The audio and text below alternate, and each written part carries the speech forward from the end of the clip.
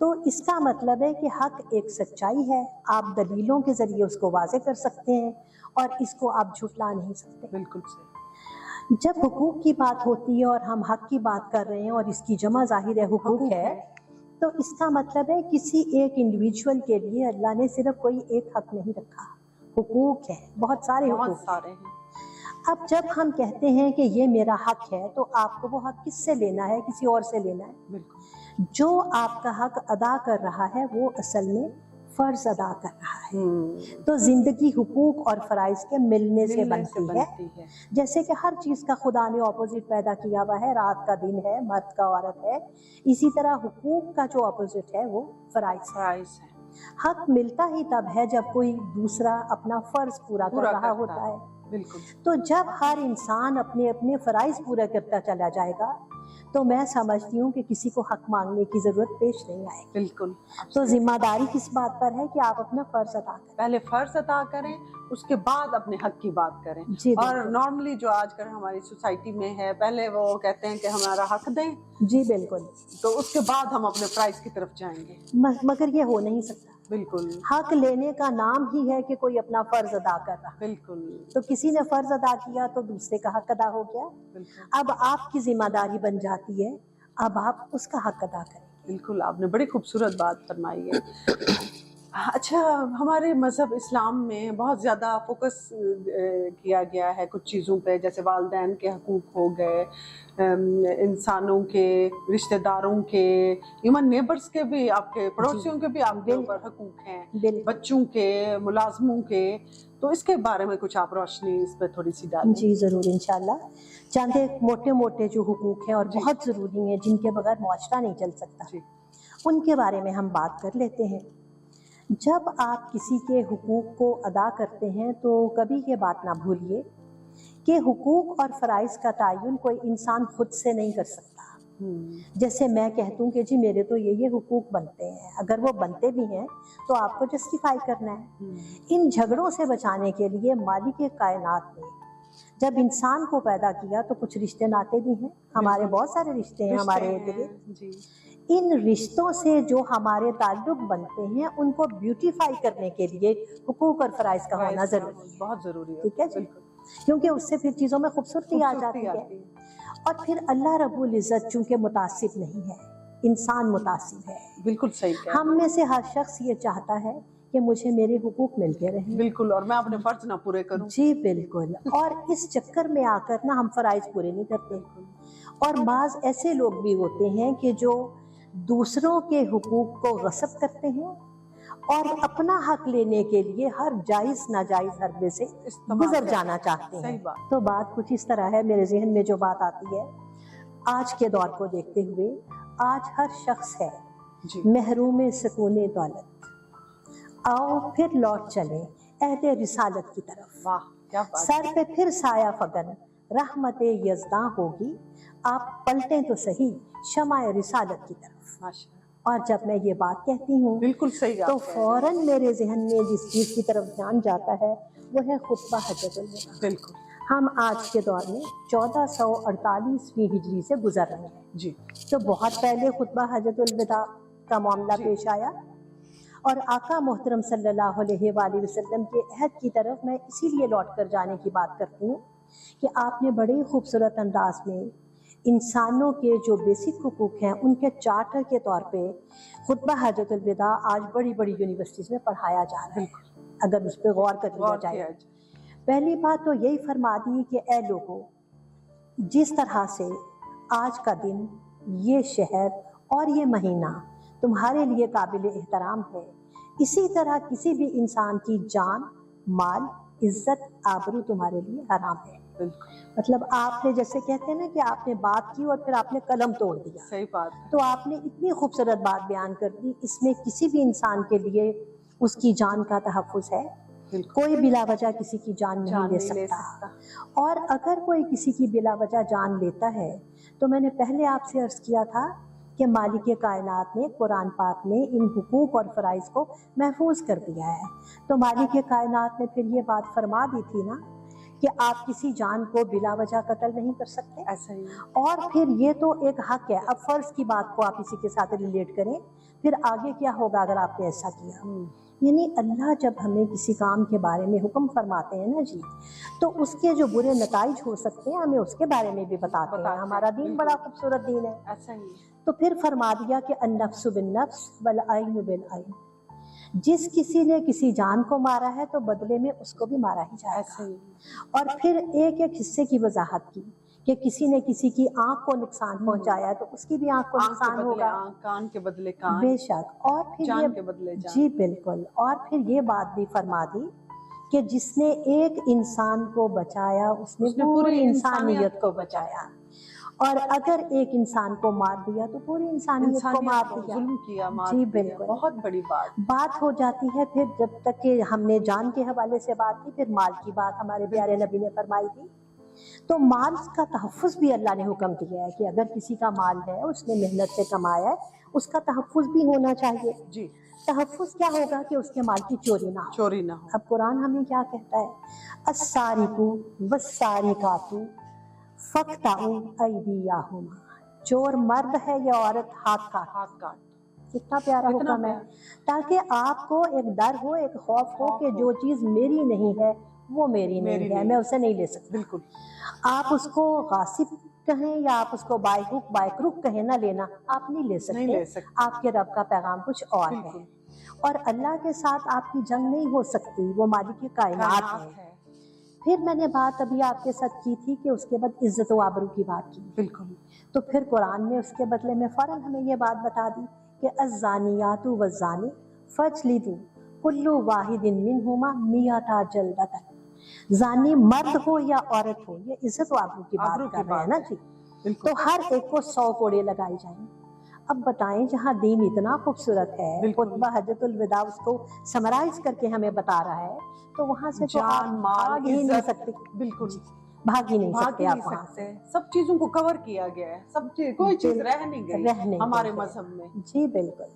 پھر ہمارے نبی محترم صلی اللہ علیہ وآلہ وسلم نے جب حقوق کی بات بیان فرمائی, تو اس میں ایک اور بڑی خوبصورت بات ہے, خطبہ حجۃ الوداع میں پڑھنا چاہیے. ویسے ہر مسلمان کو عربی نہ پڑھ سکے تو ہمیں ٹرانسلیشن لینی چاہیے اور ہمیں پڑھنا چاہیے, اور اپنے آپ کو ترازو میں ایک طرف اس کو رکھ کے تولنا ہے کہ میں کہاں, کس لیول پہ ہوں, کہاں ہوں میں. بالکل. تو مجھے لگتا ہے کہ ہماری شرم سے نظریں جھک جائیں گی اور ہم کہیں گے کہ آئی ایم نو ویئر. ایسا ہی ہے, میرے اندر تو کچھ ہے ہی نہیں. اچھا, یہ 3 حقوق کے بعد اور کون سے حقوق ہیں؟ جی میں آپ سے نیکسٹ بات یہ کرنے والی تھی کہ جب یہ حقوق کی بات ہوتی ہے تو پھر آپ نے ایک اور اگلی بات بیان فرمائی کہ اے لوگوں, 2 ضعیف ہستیوں کے بارے میں اللہ سے ڈرنا. پھر وہ 2 ضعیف ہستیاں, عورت اور تمہارے غلام. کیا خوبصورت بات کہہ دی. بالکل. جب یہ کہا نا کہ الرجال قوامون علی النساء, تو مرد کو عورت سے ایک درجہ اوپر دے دیا, تو عورت کو پھر کمزور کہا نا جی. تو آپ نے فرمایا ان دونوں کے بارے میں اللہ سے ڈرتے رہنا. اب پھر قرآن آتا ہے سپورٹ کرنے کے لیے. آپ دیکھیں خوبصورتی کتنی ہے, پیارے نبی کی پیاری بات ہے. بالکل. اور قرآن پاک کی پیاری کیا ہے کہ اللہ تعالیٰ نے کیا فرمایا. جی بالکل بالکل. اور پھر پیارے قرآن کی خوبصورت باتیں جو مالک کائنات نے آگے سے بیان فرما دی, اور صاف عورتوں کے بارے میں کہا وَعَاشِرُهُنَّ بِالْمَعْرُوفِ, عورتوں کے ساتھ اچھا سلوک کیا کریں. اگر آپ غور کریں تو اسلام میں جنسی تفریق نہیں ہے مرد اور عورت کے حوالے سے. جس طرح اعضاء عورت کے ہیں ویسے ہی مرد کی. بالکل. اور قرآن پاک میں واضح فرمایا گیا, اے مومنو, اے مسلمان عورتوں, مردوں, جس نے سب کو بلایا, سب کو شامل کیا. یہ نہیں کہ صرف مردوں کے لیے ہو, عورتوں کو بھی اس میں, سب کو اسی میں برابر رائٹس. ہاں جی, مخاطب کیا گیا ہے. تو اسلام چونکہ کوئی کسی طرح کی تفریق نہیں کرتا, اور اس کی مثال خوبصورت دے دی پھر اللہ تعالیٰ نے کہ تمہیں ہم نے مرد ہو یا عورت ہو ایک ماں اور باپ سے پیدا کیا. ٹھیک ہے. بالکل. تو مرد کے بھی ماں اور باپ ہیں, عورت کے بھی ماں اور باپ ہیں. طریقہ تخلیق ایک ہے, ضروریات بھی ایک ہیں. اس لیے اب عورت کے لیے جو حقوق اسلام متعین فرماتا ہے نا جی, اس میں یہ ہے کہ عورت کے حقوق کی ادائیگی کی جائے. سوال پیدا ہوتا ہے کون سے حقوق ہیں؟ سب سے پہلے تو بات یہ ہے کہ عورت کی جب شادی ہو جاتی ہے نا جی، تو مرد کے ذمے اس کو مہر دینا ہے، حق مہر۔ بالکل وہ حق مہر اگر کوئی مرد اپنی بیوی کو ادا نہیں کرتا تو یہاں تک کہا گیا ہے کہ موت کے وقت وہ مقروض حالت میں دنیا سے جائے گا۔ تو عورت کے حقوق کی ہم جہاں تک بات کرتے ہیں، مرد کو چاہیے کہ عورت کے ساتھ حسن سلوک سے پیش آئے، بدزبانی سے پیش نہ آئے، اس کی بے عزتی مت کرے، کسی کے سامنے اس کی عزت کو بڑھانے کی کوشش کرے، اس کے رشتہ داروں کے ساتھ حسن سلوک سے پیش آئے، اس کی ضروریات زندگی کا خیال کرے اور ہر لحاظ سے اس کو سکون اور آرام پہنچانے کی کوشش کرے۔ یہ تو بات ہو گئی خامد کے حوالے سے، لیکن اللہ کریم جو بات فرماتے ہیں، عورت کو تعلیم کا حق دیا گیا۔ عورت کے لیے مناسب خوراک ویسے ہی ہے جیسے مرد کے لیے ہے۔ آپ نے غور کیا ہوگا، تھوڑا پیچھے لوٹ کر چلے جائیں، ہمارے دیہات کے کلچر میں ہم نے دیکھا عورتیں کہتی ہیں یہ جو ہے گوشت والا سالن یہ بیٹے کے لیے، جی بیٹی کے لیے نہیں ہے۔ عورتوں کو زیادہ، لڑکیوں کو زیادہ ضرورت ہے، انہوں نے آگے نیو اپنی جنریشن سٹارٹ کرنی ہے، بالکل، تو بچیوں کو زیادہ ضرورت ہوتی ہے۔ تو اسلام کیا بات کہتا ہے کہ نہیں، دونوں کے ساتھ ایکویلٹی کے ساتھ پیش آیا جائے، جتنی جس کی ضرورت ہے نا کھانے کی، مرد کی زیادہ ہے تو وہ زیادہ کھائے، اگر جتنی عورت کی ضرورت ہے اتنا تو وہ کھائے نا جی۔ اسی طرح عورت پڑھائی کر سکتی ہے، ملازمت کر سکتی ہے، ملازمت کی صورت میں اپنا خرچہ، اپنے پیسے اپنی ذات پر لگائے گی، بالکل، کسی کو رائٹ نہیں ہے کہ وہ اس سے یہ کہے ہاں کہ وہ اس سے لے سکے۔ کتنی خوبصورتی ہے ہمارے مذہب، تو ہمارا دین اس لحاظ سے ہم اپنے مذہب سے اتنے دور ہیں، اسی لیے تو ہماری سوسائٹی میں اتنے ایشوز اور اتنی پرابلم چل رہی ہیں جی۔ اور ہمیں ایمان جی، میں آپ کی بات کے ساتھ یہ بات ریلیٹ کرنا چاہوں گی کہ ہم لوگ بھی ایسے ہیں کہ ہمیں اپنے دین کو پراپر طریقے پہ پورٹری نہیں کرنا آتا۔ ریزن یہ کہ ہم عمل نہیں کرتے۔ آپ کو پریکٹسنگ مسلمان بننا ہے تو پھر لوگوں پر اثر ہوگا، ورنہ نہیں ہوگا۔ اچھا، اب آگے والدین پہ، پھر اس کے بعد ہم بچوں کے حقوق کے بارے میں، اور پھر مختصراً مجھے فرمائیے گا ہمارے جو نیبرز ہیں یا ہمارے رشتہ دار ہیں، اس کے علاوہ ہمارے جو ملازمین ہیں جو گھروں میں ہوتے ہیں، ان کے بارے میں۔ بالکل ٹھیک ہے، بالکل ٹھیک ہے۔ میں ان سب سے پہلے ایک چھوٹی سی بات ایڈ اپ کرنا چاہوں گی، اور وہ ہے کہ احترام انسانیت۔ بہت بڑی بات۔ جب ہم بات کرتے ہیں عورت کی، مرد کی، بچے کی، ملازم کی، تو یہ سب ہیومن بینگز ہیں، انسان ہیں۔ بالکل، کہ اسلام ہمیں حکم دیتا ہے کہ آپ انسانیت کا احترام کریں۔ اب یہاں جو بات بتانے والی ہے وہ کیا ہے؟ قرآن کہہ رہا ہے لَقَدْ كَرَّمْنَا بَنِي آدَمَ، ہم نے انسان کو بہت عزت دی ہے، قابل تکریم بنایا ہے۔ اب آپ اس کو اگر ریلیٹ کرتے ہیں تخلیق انسانیت کے ساتھ، تو فرشتوں کو حکم ہوا انسان کو سجدہ کرو، ٹھیک ہے؟ بالکل۔ تو احترام انسانیت کا ہمیں اسلام کتنا زیادہ حکم دیتا ہے، تخلیق کے ساتھ ہی حکم ہو گیا کہ سجدہ کرو انسان کو۔ اب پھر فرما دیا قرآن میں کہ لَقَدْ كَرَّمْنَا بَنِي آدَمَ۔ اس کے بعد جب انسان کی تخلیق اور اس کے قرآن کے حوالے سے بات ہو گئی ہے، تو آقا محترم ایک روز غلاف کعبہ کے سامنے کھڑے ہیں، محبت ہے، ظاہر ہے محبت ہے، غلاف کعبہ کو پکڑ رہے ہیں اور فرما رہے ہیں کہ اے غلاف کعبہ تو کتنا خوبصورت ہے، کتنا معطر ہے، لیکن قسم ہے اس ذات کی جس کی وجہ سے کہ تو یہاں پر ہے، انسانی جان کی حرمت تجھ سے بھی زیادہ ہے۔ کیا کتنی بڑی اگر بات۔ آج یہ بات ہمیں سمجھ میں آ جائے تو کسی کی عزت نہ لوٹے، کسی کا قتل نہ ہو، کسی کے گھر میں چوری نہ ہو، بالکل کوئی نا انصافی نہ ہو، کوئی مسئلہ ہی نہ ہو، ایک بات سارے مسائل کا حل ہمیں پیش کرتی ہے، لیکن ہم بھولے رہتے ہیں۔ اچھا، مجھے والدین کے بارے میں۔ جی، ہم پیرنٹس کی بات کرتے ہیں، والدین میں ماں بھی ہے اور باپ بھی ہے۔ جہاں تک ماں اور باپ کا تعلق ہے، تو پہلے ہم نے بات کی کہ مرد اور عورت کے لحاظ سے اللہ رب العزت نے جنسی طور پر تو کوئی تفریق نہیں رکھی۔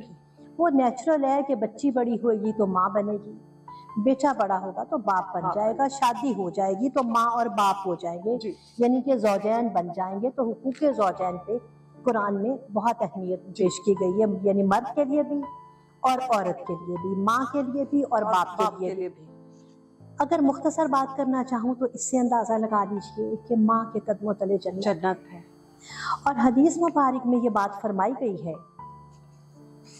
کہ جو ٹائم تم اپنی ماں کے ساتھ بیٹھتے ہو اتنا ٹائم جنت میں گزارے ہوئے ٹائم کی مانند ہے۔ بالکل، آپ کے لیے جنت میں اتنا ٹائم فکس ہو گیا جو آپ نے ماں کو دیا اور محبت سے دیا۔ بالکل، اسی طرح سے چونکہ باپ کما کے لے اور کر آتا 3 ہے درجے ماں ہے جی پھر اس کے بعد والد والد کے، یہ اس کے بارے میں تھوڑا سا بتائیں جی کہ 3 دفعہ رسول اللہ نے ماں کے حقوق کے بارے میں بتایا اور پھر والد کی طرف آئے.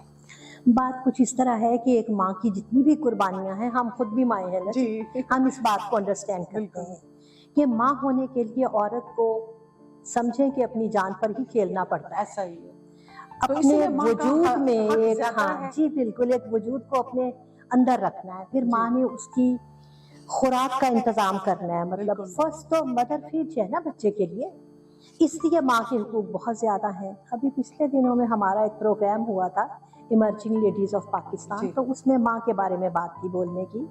تو میں نے ایک نظم ان کو سنائی تھی اور وہ نظم میں یہی تھا کہ اکثر ایسا بھی دیکھنے میں آیا ہے کہ ماں بچے کو تو اپنے اوپر سلاتی ہے اور خود گیلے پہ سو جاتی ہے. بالکل.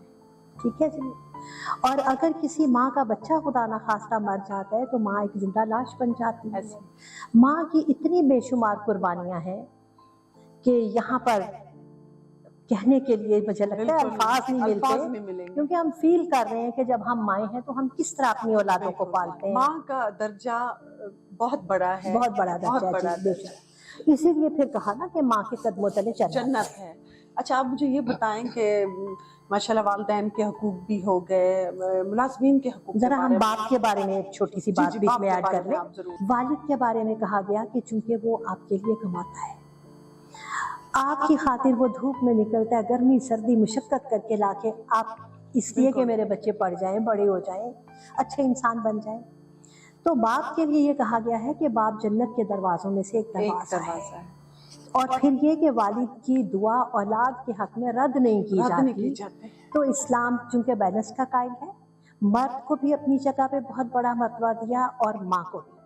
پھر قرآن دونوں کے بارے میں بات کرتا ہے کہ اپنے دونوں والدین میں سے کسی کے لیے بھی لا تقولوا لہما اف لا تنہرہما، ان کو کبھی جھڑکو مت، حسن سلوک کرو، سختی سے بات مت سب سے کرو. زیادہ مستحق آپ کے والدین ہی ہوتے ہیں آپ کے حسن سلوک کے. بے شک. اور یہ ہے کہ مطلب جیسے ہمیں کوئی کانٹا چبھتا ہے، تکلیف ہوتی ہے تو ہم کہتے ہیں اف، تو اللہ کہتا ہے تمہیں تکلیف بھی ہو تو ان کو اف کا لفظ بھی آپ نے نہیں بولا. آپ سے کہہ رہی ہیں. اچھا اب ہماری سوسائٹی میں ملازم بھی بہت زیادہ ہوتے ہیں اور ان کے حقوق کے بارے میں بالکل بھی نہیں سوچا جاتا، نہ بات کی جاتی ہے. اس کے حوالے سے تھوڑا سا مختصراً آپ مجھے فرمائیں. جی بالکل، انشاءاللہ میں بات کرتی ہوں آپ کے ساتھ اس بارے میں، کیونکہ یہ بھی بات بڑی امپورٹنٹ ہے اور یہ ہمارے معاشرے کا اتنا ایک امپورٹنٹ طبقہ ہے کہ ان کے بغیر ہم نہیں. اچھا قدرت کا سسٹم یہ ہے کہ کچھ دو اور کچھ لو کے اصول کے اوپر ہماری زندگیاں چلتی ہیں. بالکل. جب ہم ملازم کی بات کرتے ہیں تو میں بھی ایک ملازم ہوں، میں یونیورسٹی کی ملازم ہوں. یونیورسٹی کی تو ہم میں سے ہر کوئی کسی نہ کسی درجے پہ ملازم کے درجے میں آتا ہے. بالکل. کہ کوئی کسی کے لیے آپ کام کر رہے ہیں، کسی ادارے کے لیے کام کر رہے ہیں، گھر کے ملازم ہمارے لیے کام کر رہے ہیں، تو سب کے لیے برابر کی اہمیت ہے. بالکل. اسی لیے تو ہمارے پیارے نبی نے یہ بات کہی تھی نا کہ غلاموں کے بارے میں بھی اللہ تعالیٰ سے ڈرتے رہنا چاہیے اور ان کے حقوق بلا شبہ بہت امپورٹنٹ ہے، یہ اس پہ بات کرنی چاہیے. سب سے پہلے تو میں بات کروں گی دفتروں میں کام کرنے والے ملازم. ایسا ہی ہے. ہم ایک سرٹن ٹائم پیریڈ کے لیے اپنی ایک خاص ڈیوٹی پرفارم کرنے کے لیے اپنے اداروں میں جاتے ہیں اور ادارے ہمیں پے بیک کرتے ہیں. اگر ہم اس میں اپنی ڈیوٹی کو صحیح طرح ادا نہیں کرتے ہیں تو اس کا مطلب ہے ہمارے رزق میں حرام شامل ہو گیا ہے. ایسا ہی ہے. تو اسلام جب ملازموں کے حقوق کی بات کرتا ہے تو وہاں وہ یہ چاہتا ہے کہ جب آپ اپنے ملازم سے کام پورا لینا چاہتے ہو تو آپ کو اس کو معاوضہ بھی پورا دینا ہے، خدمات کی بھی مکمل طور پہ آپ کو معاوضہ دینا چاہیے. جی بالکل. اور جب اسی طرح سے بات کو مزید ہم آگے بڑھاتے ہیں نا جی ملازم کے حوالے سے، دفتروں کے ملازم ہو گئے. اچھا ہمارا بھی ایک سائیکی ہے ہم لوگوں کی کہ ہم لوگ کہتے ہیں جی میں نے 5 نمازیں بھی پڑھی تھیں، میں نے روزے بھی رکھے تھے، میں نے زکوٰۃ بھی دی تھی، لیکن آپ نے اپنی ڈیوٹی آورز پورے نہیں کیے تھے تو آپ کی کمائی کے اندر کچھ آمیزش ہو چکی ہے کسی اور چیز کی جو نہیں ہونا چاہیے. اور رزق حلال عین عبادت ہے. اور رزق حلال میں آپ کو اپنے کام اپنے فرض کو مکمل کرنا چاہیے، پھر جو آپ کو معاوضہ ملتا ہے وہ رزق حلال ہے. بالکل بالکل. اور پھر مالک کائنات کا فرمان ہے، آقا سرور کائنات کا فرمان ہے، الکاسب حبیب اللہ،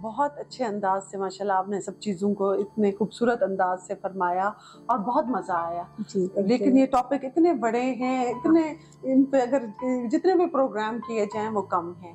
تو آج ماشاءاللہ آپ کے ساتھ اتنے اچھے انداز میں بات چیت ہوئی اور آپ نے اتنے اچھے انداز میں سارے تفصیلاً باتیں فرمائی ہیں کہ نیکسٹ بھی ہم بیٹھ کے اس کے اوپر مزید بات چیت کریں گے انشاءاللہ.